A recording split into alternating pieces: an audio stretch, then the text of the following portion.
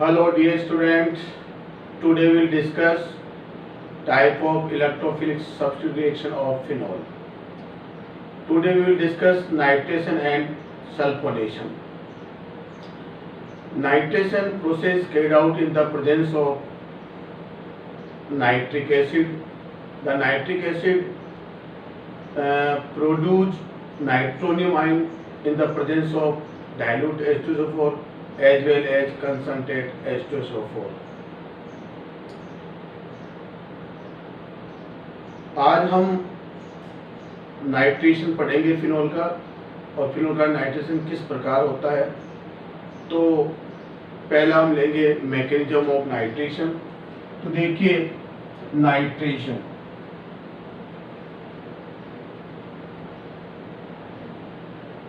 Nitration जो है वो HNO3 date with nitric acid के द्वारा होता है और ये नाइट्रिक एसिड जो है वो डाइल्यूट H2SO4 और कंसंट्रेट H2SO4 दोनों की उपस्थिति में ये नाइट्रोनियम आयन उत्पन्न करता है। तो नाइट्रोनियम आयन जो होता है वो एक्ट एज ए इलेक्ट्रोफाइल की तरह व्यवहार करता है जो benzene ring that mean the aromatic ring पर अटैक करता है और नाइट्रो प्रोडक्ट बनाता है। ये किस प्रकार से होता है? तो first let's we start mechanism of nitration.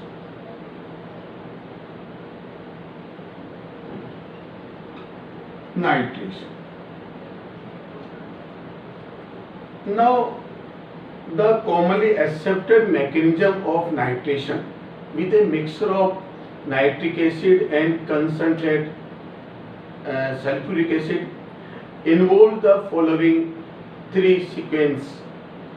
That means जो नाइट्रेशन होता है वो प्रोसेस जो है वो 3 स्टेप में होता है। So the first step which is known as the any generate of the nitronium ion. So first step the generation of nitronium ion या यूं कह सकते हो जनरेशन ऑफ इलेक्ट्रोफाइल। तो पहला हम जो है नाइट्रोनियम आयन जनरेट करते हैं फ्रॉम द HNO3। HNO3 जो है सल्फ्यूरिक एसिड से रिएक्शन करता है। ये सल्फ्यूरिक एसिड की जो है स्ट्रक्चर है और ये नाइट्रिक एसिड से रिएक्शन करता है और दोनों के बीच में एक एसिड बेस इक्विलिब्रियम रिएक्शन होती है। ये जो बॉन्ड है वो कोऑर्डिनेट बॉन्ड है। तो नाइट्रिक एसिड के अंदर जो नाइट्रोजन की जो कोवेलेंसी होती है वो 4 होती है। That mean it make 4 bonds in them 3 covalent 1 is coordinate और उस कोऑर्डिनेट बॉन्ड से जुड़े ऑक्सीजन पर 6 इलेक्ट्रॉन पाए जाते हैं।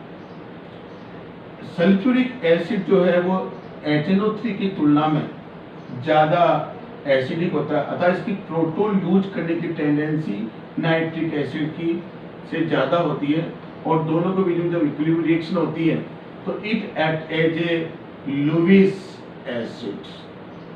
That means it donates the proton donor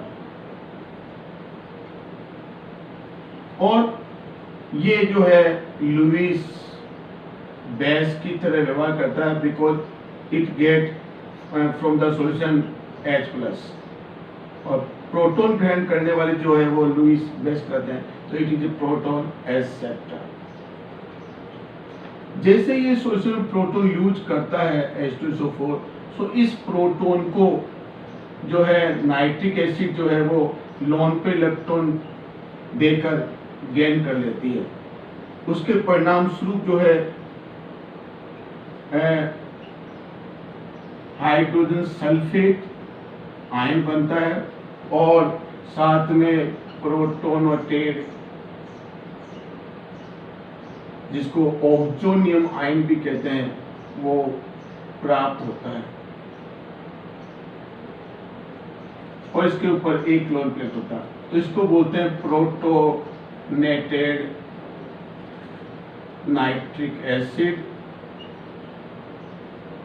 और जब ऑक्सीजन पर पॉजिटिव चार्ज होता है तो उस स्पीशीज को हम ऑक्सोनियम आयन भी कहते हैं, और ये अनस्टेबल होता है।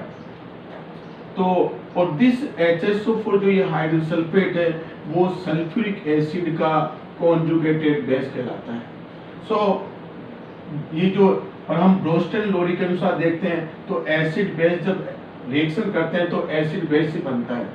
ये जो HSO4 है वो H2SO4 का कॉन्जुगेटेड बेस कहलाता है, और ये जो HNO3 ये जो इसके साथ में जो बेस का व्यवहार करता है ये इसका कॉन्जुगेटेड एसिड है। तो एसिड का जो है जो बेस बनता है वो कॉन्जुगेटेड बेस रहता है, और जो बेस का जो एसिड बनता है वो इसका कॉन्जुगेटेड एसिड कहलाता है। Now the proton HOH plus and ये डबल बॉन्ड जो है ऑक्सोनियम आयन है, यानी प्रोटोनेटेड जो नाइट्रिक एसिड है, ये अनस्टेबल होता है। ये तुरंत क्या करता है, वाटर मॉलिक्यूल को लूज कर देता है, और उसके उपरांत जो है वाटर और नाइट्रोनियम आयन प्राप्त होता है, जो एक इलेक्ट्रोफाइल है इस रिएक्शन में, और which is act as a electrophile. और जो भी इलेक्ट्रोफाइल होता है वो हमेशा इलेक्ट्रो डेफिशिएंट होता है। So this is the generation of the nitronium ion. किस प्रकार से नाइट्रोनियम आयन उत्पन्न हुआ, तो हमने देखा कि H2SO4 HNO3 के साथ जो रिएक्शन हो रही है, तो ये जो रिएक्शन हो रही है it is acid base equilibrium type reaction है, और इस रिएक्शन के अंदर H2SO4 जो है सल्फ्यूरिक एसिड है वो लुईस एसिड की तरह व्यवहार करता है, और जबकि इसमें ये जो है HNO3 वो लुईस बेस की तरह व्यवहार करता है। इसका रीजन ये है कि the sulphuric acid is a very strong acid which ionize the nitric acid in hydroxide ion and nitrate ion rather than H plus and nitrate ion। यानी जो HNO3 होता है, जो सल्फ्यूरिक एसिड है वो स्ट्रॉन्ग एसिड है, जो nitric acid को जो है वो हाइड्रोक्साइड आयन और नाइट्रोनियम आयन में तोड़ देता है, जिससे दो स्पीशीज बनती है, नाइट्रोनियम आयन और हाइड्रोक्साइड। जबकि रादर देन ये इसको इस रूप में नहीं तोड़ता, इस रूप में नहीं तोड़ता, यानी इस रूप में नहीं तोड़ता। तो इस प्रकार से एक नाइट्रोनियम आयन बनता है। It is acid base equilibrium reaction according to Bronsted and Lowry. So इस प्रकार से हमने इलेक्ट्रोफाइल जनरेट कर लिया। नाउ सेकेंड स्टेप जिसको हम कहते हैं अटैक ऑफ इलेक्ट्रोफाइल और फॉर्मेशन ऑफ इंटरमीडिएट कार्बोकेटाइन। तो सेकेंड स्टेप देखें, स्टेप सेकेंड को बोलते हैं अटैक ऑफ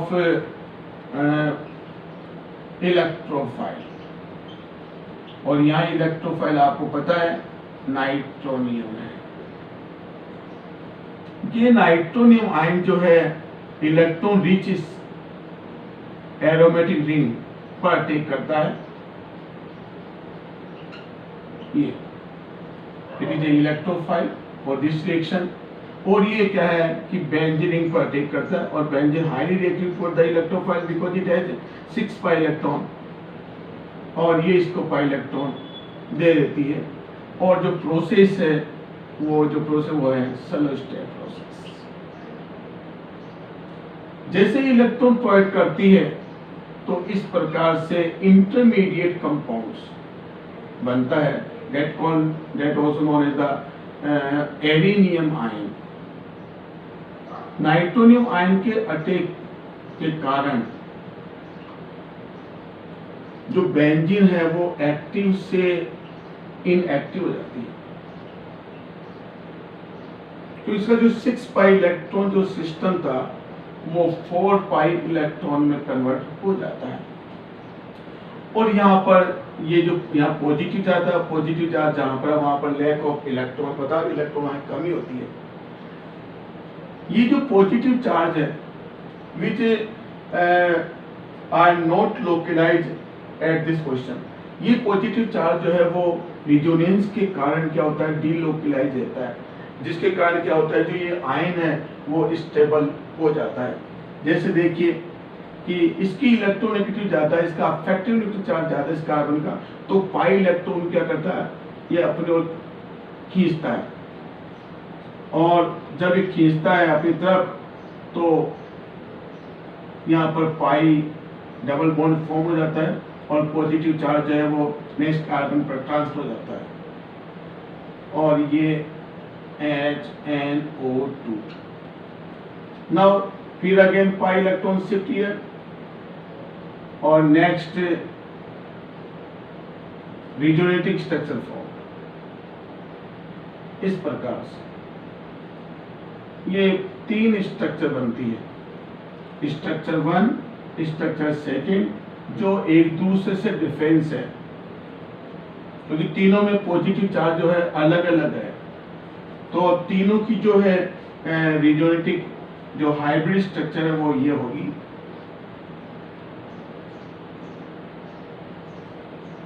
यानी जो पाई इलेक्ट्रॉन का जो डिलोकलाइजेशन है वो 4 कार्बन को होता है 6 कार्बन की बजाय, और ये इसकी हाइब्रिड स्ट्रक्चर बनती है विच इज अनस्टेबल। तो ये जो तीनों स्ट्रक्चर है वो इस बात पर डिफरेंस है कि the 3 structures differ from each other only in the position of double bond. The positive charge is not localized on one carbon atom, but it is distributed over the molecule by resonance and resulting the ion make more stable. तो इस प्रकार से ये stable हो जाता है। Now step 3,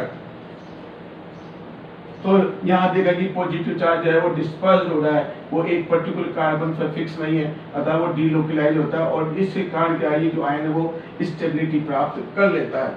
now 3rd है abstraction of proton. ये जो स्पीशीज है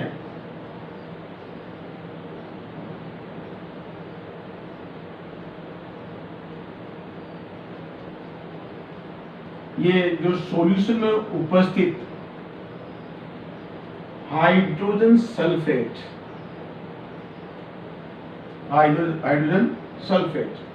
आयन से रिएक्शन करती है और ये जो है वो फास्ट स्टेप हो जाता है। और फास्ट स्टेप जो होता है वो रेट डिटरमाइनिंग स्टेप नहीं कहलाता है। तो ये जो CH बॉन्ड है, ये जो इलेक्ट्रॉन है शेयरिंग इलेक्ट्रॉन दोनों के, वो यहाँ शिफ्ट हो जाते हैं और H जो हाइड्रोजन वो प्रोटॉन के रूप में रिलीज होता है और this proton is taken by the hydrogen sulphate ion which act as a Lewis base. और इस proton with this proton is taken by hydrogen sulphate ion और रिजल्टिंग बेंजीन बिकम एक्टिव और इस प्रकार से नाइट्रोबेंजीन इज फॉर्म्ड और H2SO4 release. सो ये बन जाता है nitrobenzene. So this is the mechanism of the nitration. इस प्रकार से बेंजीन पर नाइट्रो ग्रुप लग जाता है। जो all the position of in benzene are identical, तो नाइट्रोनियम कहीं भी किसी कार्बन पर अटैक कर जाता है। Now in case of phenol the nitration of, यदि फिनोल का अपन नाइट्रेशन कराएं तो phenol is highly reactive than the benzene, क्योंकि फिनोल के अंदर जो हाइड्रोक्सी ग्रुप लगा होता है वो it is a electron releasing group, it is a electron donating group which increase the electron density of the ring. So the benzene become highly reactive towards the electrophile than the benzening. यदि phenol का nitration करें तो phenol जो है benzene की तुलना में ज़्यादा रिएक्टिव है, क्योंकि फिनोल बेंजीन में जो है, फिनोल में जो हाइड्रोक्सी ग्रुप है वो इलेक्ट्रॉन डोनेटिंग ग्रुप है, जो बेंजीन की रिएक्टिविटी को इलेक्ट्रोफाइल के प्रति बढ़ा देता है, जिससे जो इलेक्ट्रोफाइल का जो अटैक है वो इजीली हो जाता है। और वी नो डेट जो हाइड्रोक्सी ग्रुप है वो ऑर्थोपेराडाइटिक है, तो द नाइट्रेशन जो प्रोसेस है that mean the nitronium ion है will attack on either ortho and para position. So there are two type of the isomer are formed during the nitration of the phenol. So first reaction phenol जो है वो dilute HNO3 से भी reaction कर सकती है और concentration से भी रिएक्शन कर लेती है। तो first reaction with dilute HNO3, dilute HNO3, और जब डाइल्यूट HNO3 से रिएक्शन होती है क्या उसकी फिनोल की, तो ऑर्थोपेरा नाइट्रोफिनोल बनता है और reaction mechanism same nitration of benzene के समान ही होता है, और इतना सा अंतर है कि नाइट्रोनियम कहाँ जुड़ेगा इसका डिसीजन जो है वो हाइड्रोक्सी ग्रुप होता है। और we know that the hydroxy group is ortho para directing, so the nitronium ion will attack on either ortho or para position, ये है। और पैरा जो प्रोडक्ट है वो जो ज़्यादा स्टेबल होता है एज कंपेरिजन ऑर्थो प्रोडक्ट। इसका रीजन ये है कि the bulky group, if the two bulky group are present at the nearest carbon atom, they become produce the steric endings, resulting the molecule become less stable और साथ में निकल जाता है H2O। तो इसका जो नाम हो गया वो 2-नाइट्रो फिनोल, या इसका दूसरा नाम ऑर्थोनाइट्रोफिनोल विच इज कॉमन नेम, ये बन जाता है। सो और ये है पैरा नाइट्रोफिनोल, और इसी का आईपीज नाम होगा 4-नाइट्रोफिनोल। So when the phenol reacts with the dilute HNO3 and the temperature near about 298 Kelvin, two type of isomer formed, orthonitrophenol or paranitrophenol. Both isomer are separating by steam distillation. दोनों को हम steam distillation के द्वारा अलग अलग कर सकते हैं। क्वेश्चन ये है कि जो ऑर्थोनाइट्रोफिनोल है वो मोर वोलेटाइल होता है, that means it has low boiling point, जबकि जो पैरानाइट्रोफिनोल है उसका जो है लेस वोलेटाइल होता है, इट इज लेस वोलेटाइल, यानी इसका जो है it has high boiling point. ऐसा क्यों होता है? इसका आंसर ये है कि इस मॉलिक्यूल के अंदर इंटरमोलिकुलर बॉन्डिंग पाई जाती है, अर्थात मॉलिक्यूल जो है वो एसोसिएशन प्रोसेस में भाग नहीं लेता, जबकि पैरानाइट्रोफिनोल के अंदर intermolecular it is intramolecular hydrogen bonding, और इसमें क्या है इंटरमोलिकुलर हाइड्रोजन बॉन्डिंग होता है। So many nitrophenol molecules are associated by the intermolecular bonding, resulting the molecule become less volatile and it boil at the high temperature. So इनकी यदि intermolecular bonding की structure देखें तो इस प्रकार से होती है।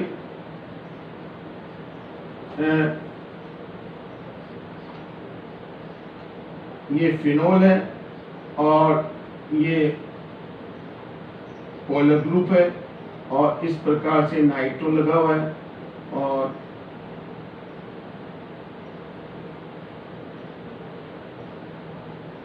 इस पर पार्शियल पॉजिटिव, इस पर पार्शियल नेगेटिव, और जब दोनों मॉलिक्यूल के बीच में ये जो है वो इंटरमोलिकुलर बॉन्डिंग हो जाती है।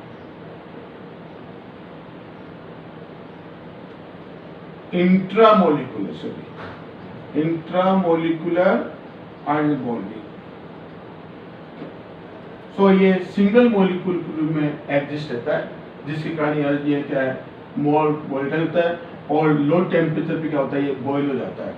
जबकि जो पैरानाइट्रोफिनोल है उसमें इस प्रकार से इंटरमोलिकुलर बॉन्डिंग पाई जाती है। ये एक फिनोल, ये फिनोल है और इसका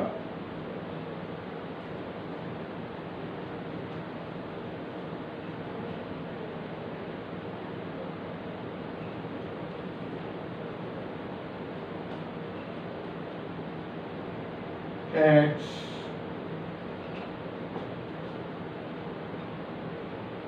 ये फिनोल और ये इसका नाइट्रो पार्ट, ये पोलर है, ये पोलर, कोई से भी हाइड्रोजन बॉन्डिंग हो सकती है। It has partial negative, it has partial positive. और जब दूसरा मॉलिक्यूल जो आता है, ये दूसरा मॉलिक्यूल है नाइट्रोफिनोल का, पैरानाइट्रोफिनोल का, और इस प्रकार से ये ऑक्सीजन है, ये वो ऑक्सीजन है, इस पर कोऑर्डिनेट बॉन्ड है, ये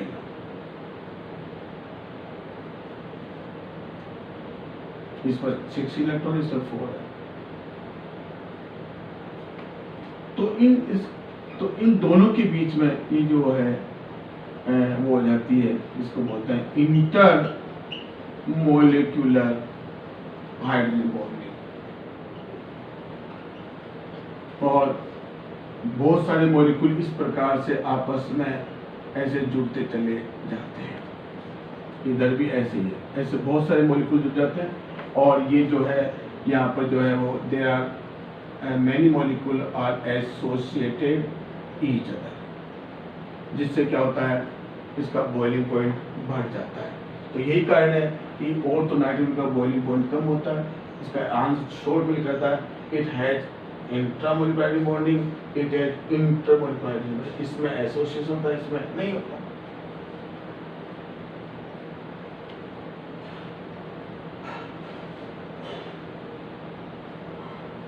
Now, but phenol react with concentrate HNO3। जब फिनोल की रिएक्शन कंसंट्रेट HNO3 से कराई जाती है in the presence of concentrate H2SO4,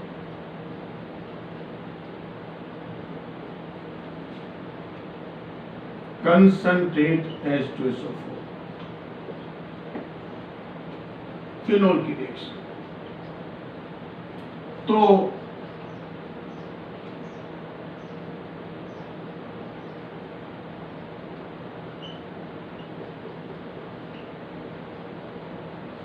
to 4,6 tri nitro phenol बनता है। 2,4,6 ट्राई नाइट्रो फिनोल बनता है। और इसलिए इसको हम पिक्रिक एसिड भी कहते हैं, पिक्रिक एसिड के नाम से भी जाना जाता है। और 3 वाटर मॉलिक्यूल भी निकलते हैं एक बैलेंस में। सो 3 मॉलिक्यूल्स पर पार्टिसिपेट होते हैं और इट इज हाईली एसिडिक, क्योंकि जब पिक्रिक एसिड को जब वाटर में घोला जाता है तो जो वाटर है वो हाईली पोलर सॉल्वेंट, जब उसको पानी में घोला जाता है तो जो वाटर मॉलिक्यूल है वो इस हाइड्रोक्सी बॉन्ड क्या करता है, पोलर बनाता है। पोलर बॉन्ड क्या होता है कि इस जो शेयरिंग इलेक्ट्रॉन है वो ऑक्सीजन की तरफ ज़्यादा डिस्प्लेसमेंट होते हैं और ये बॉन्ड जो है वो वीक हो जाता है, इलेक्ट्रॉन इधर शिफ्ट होने के बाद ये बॉन्ड कमजोर हो जाता है और प्रोटॉन निकलता है और उस प्रोटॉन को जो है this proton is taken bye H2O और रिजल्टिंग जो बनता आयन उसका नाम है पिक्रेट आयन। ठीक है, और इट इज तो पिक्रिक एसिड वो है वो बहुत ज्यादा क्या है एसिडिक नेचर का, क्योंकि इसमें तीन नाइट्रो जो है वो इलेक्ट्रॉन विड्रॉविंग ग्रुप लगे होते हैं। तो फिनोल पर यदि इलेक्ट्रॉन विड्रॉविंग ग्रुप की संख्या बढ़ती है या लगे होते हैं तो फिनोल की जो है इलेक्ट्रॉन विड्रॉविंग ग्रुप, तो नाइट्रो जो है वो इलेक्ट्रॉन विड्रॉविंग ग्रुप है, वो फिनोल की जो है वो एसिडिक नेचर को बढ़ाते हैं, क्योंकि इलेक्ट्रॉन विड्रॉविंग ग्रुप क्या करते हैं, ऑक्सीजन पर इलेक्ट्रॉन डेंसिटी को घटा देते हैं, जिससे प्रोटॉन निकलने की संभावना अधिक बढ़ जाती है। सो ये था नाइट्रेशन ऑफ फिनॉल। यदि यही ईंधन यदि नाइट्रेशन यदि एनिसोल का नाइट्रेशन करवाया जाए कंसंट्रेट HNO3 के साथ में, कंसंट्रेट H2SO4 की प्रेजेंस में, तो दिस द एनिसोल और इसका जो नाम होगा इसको methoxy benzene which is IPS name, और कॉमन नेम जो इसका होगा वो होगा methyl phenyl ether, it is aromatic ether. और ये जो मिथोक्सी ग्रुप है, मिथोक्सी ग्रुप भी जो है वो ऑर्थो एंड पैरा डायरेक्टिंग होता है। ये भी ऑर्थोपैराडाइटिक, इट इज ये भी एक इलेक्ट्रॉन रिलीजिंग ग्रुप है, ये भी इलेक्ट्रॉन, क्योंकि ऑक्सीजन पे जो लोन पे इलेक्ट्रॉन है वो जो बेंजीन है वो अपने जो है इलेक्ट्रॉन विड्रॉविंग नेचर का क्या होता है उसको अट्रैक्ट कर लेती है। और अब पता है कि फिनोल के समान सभी sp2 कार्बन और sp3 है, तो इसकी इलेक्ट्रॉनिक ज्यादा है तो लोन पे इलेक्ट्रॉन जो है वो इसके साथ में एसोसिएट हो जाते हैं। तो ये भी जो है वो रिंग की रिएक्टिविटी को बढ़ाता है इलेक्ट्रोफाइल के प्रति, और ये भी ऑर्थोपैराडाइटिक है, इलेक्ट्रोफाइल को पैरा पोजीशन पर टेक करने के लिए उसको परमिट करता है।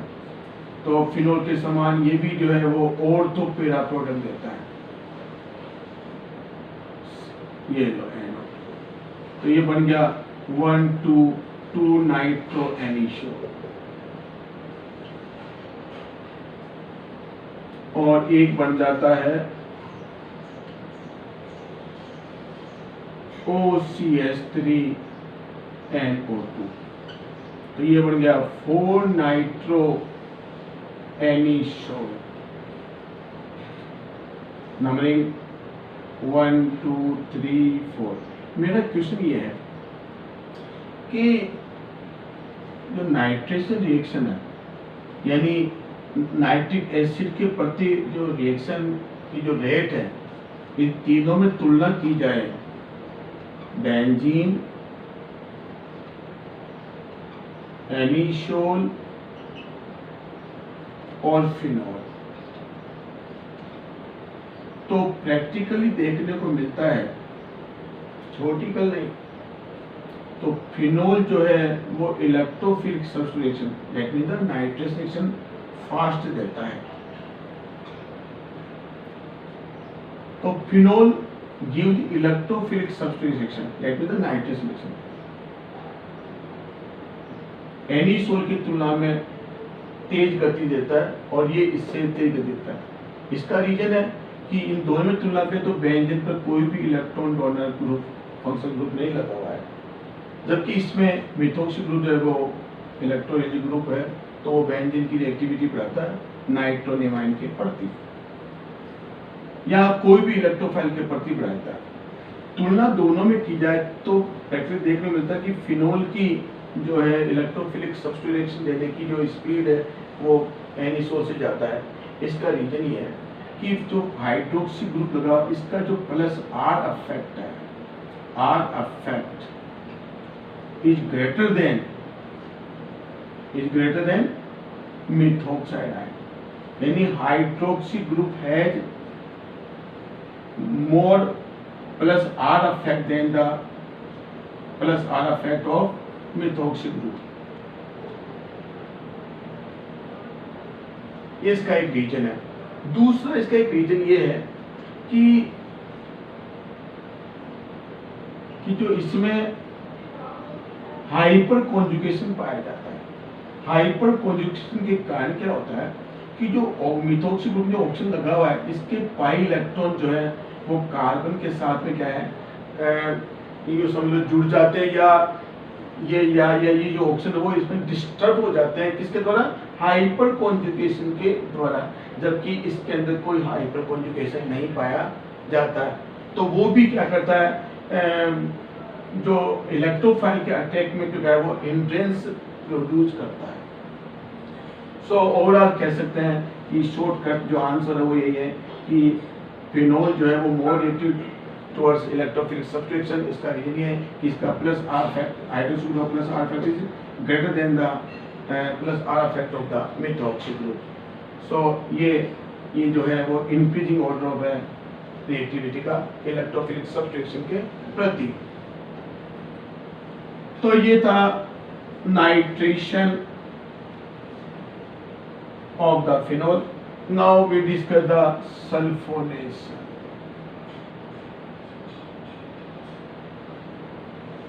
सल्फोनेशन, देखिए सल्फोनेशन नाइट्रेशन की तरह ही सल्फोनेशन का भी मैकेनिज्म है। तो सल्फोनेशन के अंतर्गत हम जो है वो रिएक्शन किसी भी रिएजेंट की या रिएक्टेंट मॉलिक्यूल की सल्फ्यूरिक एसिड के साथ करवाई जाती है और सल्फ्यूरिक एसिड जो है वो जनरेट करता है SO3 sulphide ion which act as a electrophile. So ये है वो electrophile which is attacking group which attack on benzene and form a benzene sulfonic compound. तो नाइट्रेशन की तरह इसका भी मैकेनिज्म है। तो mechanism of sulphonation of rain. तो फर्स्ट में पहले स्टेप वही है जनरेशन ऑफ इलेक्ट्रोफाइल। तो इसमें क्या होता है कि there are two molecule of sulphuric acid react each other. इसमें एक मॉलिक्यूल आपस में रिएक्शन करते हैं। It is the auto protolysis reaction है। ये ऑटो प्रोटोलाइसिस रिएक्शन का मतलब ये होता है कि एक मॉलिक्यूल उसी का प्रोटॉन देता है और एक मॉलिक्यूल जो है सेम मॉलिक्यूल जो है प्रोटॉन गेन करता है। तो दोनों के बीच में भी वही एसिड बेस इक्विलिब्रियम जो है स्टेबलाइज होता है। सपोज कीजिए कि दिस मॉलिक्यूल इस प्रकार से इसका आयोनाइजेशन हुआ। सो दिस मॉलिक्यूल जो है act as a Lewis acid that means it proton donor. और ये जो रिएक्शन है special reaction it is a auto protolysis reaction.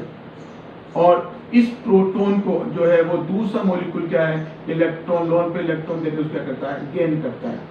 So it act as a Lewis base मतलब H प्लस एक्सेप्टर। तो resulting HSO4 minus hydrogen sulphate ion. ये इसका जो है इसका जो होगा वो ये एसिड है तो इसका ये कॉन्जुगेटेड बेस होता है। एसिड का बेस होगा और ये जो मॉलिक्यूल जो है वो बेस है, इसका जो बनेगा आयन, वो जिसको हम कह सकते हैं यहाँ पर protonated sulphuric acid. Protonated sulphuric acid. और प्रोटोनेटेड जो भी स्पीसीज होती है उनमें जो है ऑक्सीजन पर प्लस होता है, तो ये अनस्टेबल होगी, तो इसका नाम लिख दो पहले तो प्रोटोनेटेड सल्फ्यूरिक एसिड। और जब ऑक्सीजन पर प्लस होता है तो उसको हम ऑक्सोनियम आयन भी कहते हैं, और ये अनस्टेबल होता है। सो देखा तो, और ये जो इसका ये होगा, ये इसका ये जो बनेगा ये वाला, ये इसका जो है वो कॉन्जुगेटेड बेस है, तो इसका एसिड हो जाता है। तो इस प्रकार से एक ये एसिड बेस रिएक्शन है, और दोनों में क्या है, इक्विलिब्रियम स्टेबल है। और बोस्टन लॉ ये कहता है कि एसिड बेस जब रिएक्शन करते हैं तो एसिड बेस ही बनता है, और जो एसिड का जो बेस था वो कॉन्जुगेटेड बेस होता है जो एसिड का, और जो बेस का जो एसिड बनता है वो कॉन्जुगेटेड एसिड कहलाता है। तो it is a type of same molecule की जो रिएक्शन था, तो it is a type of auto protolysis reaction. So इस प्रकार से ये देखें मॉलिक्यूल, तो ये अनस्टेबल है, और ये प्लस, और ये डबल बॉन्ड, और इस प्रकार से ये मॉलिक्यूल है। ये वाटर मॉलिक्यूल लिबरेट करेगा और रिजल्टिंग H2O, एंड ये बनता है, इसका नाम होगा, तो ये S डबल बॉन्ड O, ये स्पीशीज बनती है। और यहाँ पॉजिटिव चार्ज है, इसकी इलेक्ट्रॉनिगेटिव ज़्यादा होती है, इसका अफेक्टिव चार्ज ज़्यादा होगा, तो ये क्या करेगा, ऑक्सीजन पर पाई इलेक्ट्रॉन को अपने खींचेगा, खींचने पर ये जो प्रोसेस ये जो है इसके रूप में क्या है, तो it is A rearrangement reaction. और इस प्रकार से ये सल्फाइड मॉलिक्यूल बन जाता है। It is A electrophile, it is A attacking molecule, और ये प्रोटॉन निकल जाता है। तो इस प्रकार से हमने एक इलेक्ट्रोफाइल को जनरेट कर लिया। So this is the electrophile. Now अब ये जो इलेक्ट्रोफाइल हुआ है, ये बेंजीन रिंग की तरफ बढ़ता है, और वहां पर पाई इलेक्ट्रॉन पर ये अटैक करता है, और उस स्टेप का नाम होगा स्टेप सेकेंड में क्या होगा कि इसका नाम होगा अटैक ऑफ इलेक्ट्रोफाइल, और यू कह सकते हो फॉर्मेशन ऑफ एरिनियम आयन, या फिर यू कह सकते हो फॉर्मेशन ऑफ इंटरमीडिएट कार्बोकेटाइन। तो इंटरमीडिएट कार्बोकेटाइन देखें तो वो इस प्रकार से बनता है कि जो ये बेंजीन है, it is aromatic ring which is electron rich species because it has the 6 pi electron. These electrons are also known the mobile electron. They can easily donate to the electrophile. अब इसके ऊपर जो है वो ये electrophile आता है, ये ऑक्सीजन की इलेक्ट्रॉन निकल जाता है, तो ये इलेक्ट्रॉन इधर डिलोकलाइज होते हैं, और इस पर नेगेटिव, इस पर पॉजिटिव चार्ज आता है। तो इलेक्ट्रॉन डेफिशिएंट रहता है, ऐसी स्थिति में ये इसको इलेक्ट्रॉन दे देता है। अब देता है तो ये प्रोसेस जो है वो स्लो स्टेप रहता है, और स्लो स्टेप जो कहलाता है वो रेट डिटरमाइनिंग स्टेप कहलाता है, जिस पर rate of the reaction depend करती है।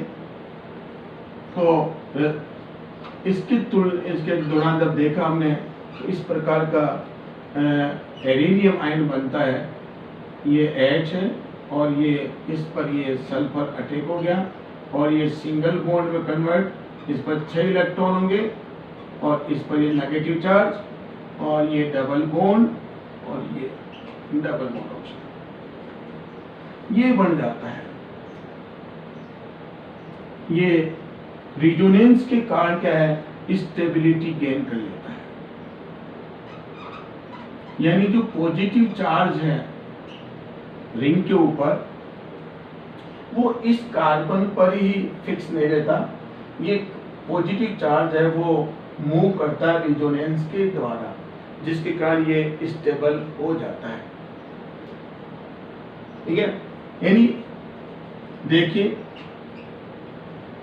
इसका इफेक्टिव न्यूक्लियर चार्ज ज्यादा होता है पॉजिटिव चार्ज कार्बन का sp2 कार्बन हाइब्रिड का sp2 हाइब्रिड कार्बन की तुलना में। तो ऐसी स्थिति में ये पाई इलेक्ट्रॉन जो है वो ये खींचेगा और परिणाम स्वरूप जो है यहाँ पर एक यहाँ डबल बॉन्ड बन जाता है और पॉजिटिव चार्ज जो है वो यहाँ पर आ जाता है और ये H और ये SO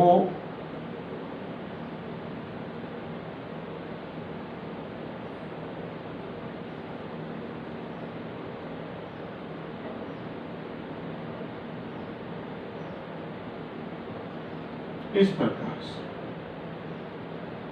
यहाँ डबल बॉन्ड पॉजिटिव चार्ज यहाँ और ये H और ये S single bond negative charge इसके ऊपर होगा और ये O ये डबल बॉन्ड, फिर इसका पॉजिटिव आ गया, इसकी इलेक्ट्रॉन ज्यादा हो गई, अफेक्टिव न्यूक्लियर चार्ज इसका ज्यादा हो गया इस कार्बन की तुलना में, तो ये जो पाई इलेक्ट्रॉन है वो इस यहाँ पर शिफ्ट हो जाते हैं। फिर एक नेक्स्ट स्ट्रक्चर बनती है वो इस प्रकार की होगी, वो ये H S सिंगल बॉन्ड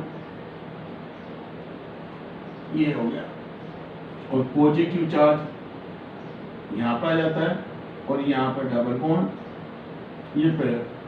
इस प्रकार देयर आर 3 स्ट्रक्चर फॉर्म्ड और तीनों स्ट्रक्चर जो है एक दूसरे से डिफरेंट है। सो these 3 structures differ from each other only in position of double bond. The positive charge is not localized at a particular carbon,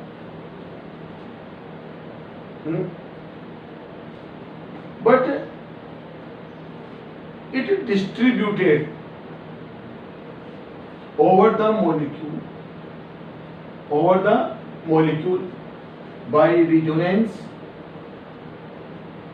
and make this ion more stable। यानी ये फिक्स का होता है, ये पूरा घूमता था रिजन के द्वारा और तीनों की जो है हाइब्रिड स्ट्रक्चर है वो इस प्रकार से बन जाती है। यानी जो पाई इलेक्ट्रॉन है उसका जो डिलोकलाइजेशन है वो 4 कार्बन होता है, 6 कार्बन पर नहीं होता, इस कारण ये अनस्टेबल रहती है, इस कारण ये अनस्टेबल रहती है। और ये हुआ ये उसकी hybrid resonating structure.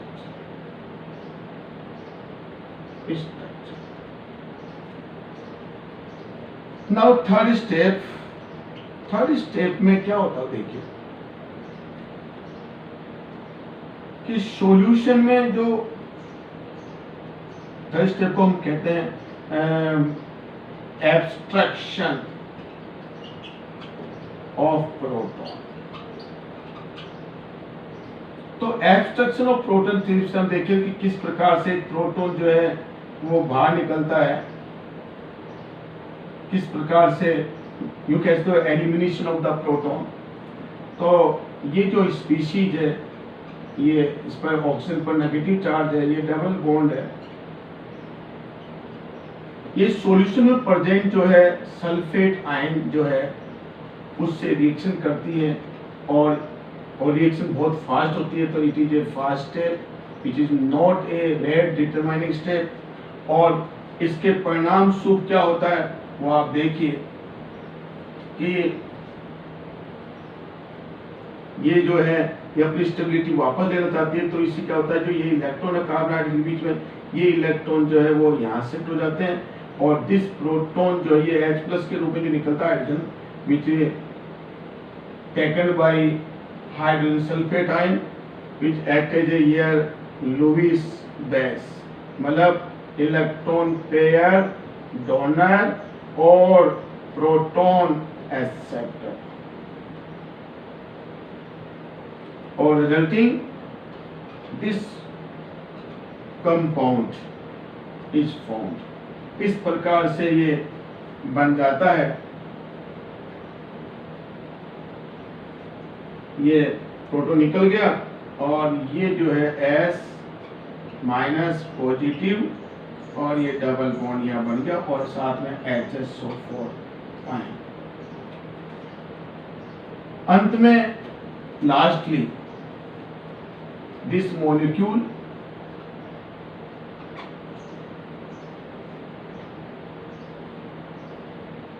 O-S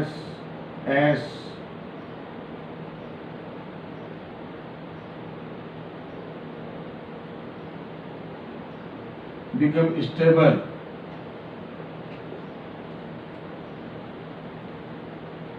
by the hydronium ion present in the solution. This is the hydronium ion. ये प्रोटॉन यूज करता है और इस रिएक्शन को अपन प्रोटोनेशन भी कह सकते हो, प्रोटोनेशन यानी प्रोटॉन जुड़ता है, और ये जो प्रोटॉन है H+, this H+ is gained by this molecule, और रिजल्टिंग जो है वो इस प्रकार से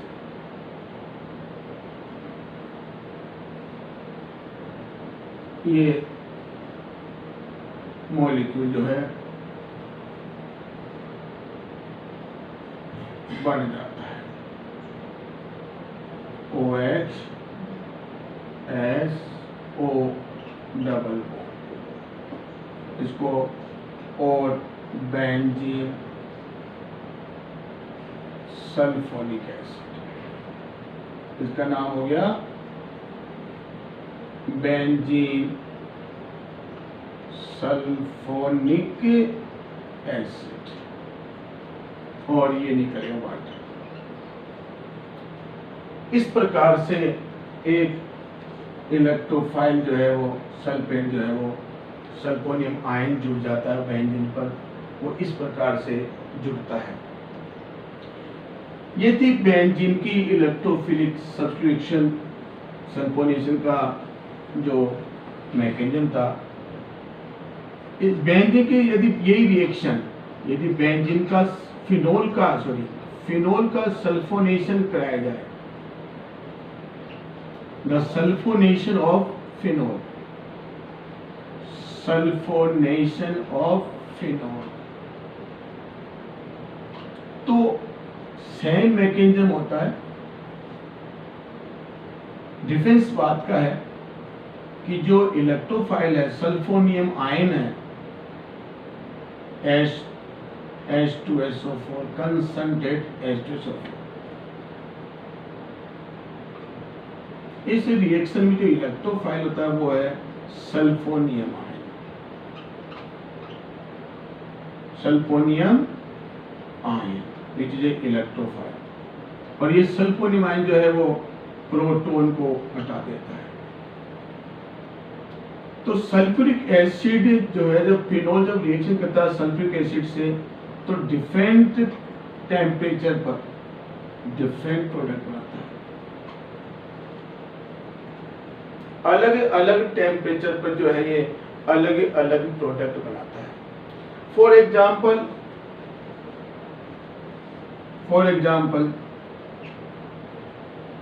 298 केल्विन टेम्परेचर पर यदि रिएक्शन कंसंट्रेट H2SO4 की रिएक्शन करा दें,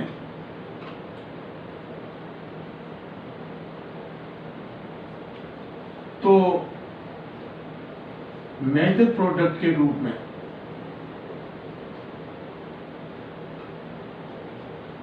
ortho hydroxy benzene 1,2 ortho hydroxy benzene sulphonic acid बनता है। इसका जो आईपीसी होगा होगा 2 हाइड्रोक्सी बेंजीन सल्फोनिक एसिड। और जब टेम्परेचर को बढ़ा दिया जाए, टेम्परेचर को हम 100 डिग्री सेंटीग्रेड कर दें, 373 केल्विन टेम्परेचर, और रिएक्शन जो हो रही है वो कंसंट्रेट H2SO4 के साथ, तो फिर पेरा प्रोडक्ट्स जो है ज्यादा बनता है। तो इसका जो 1, 2, 3, 4, तो ये बनेगा पेरा हाइड्रोक्सी बेंजीन सल्फोनिक एसिड।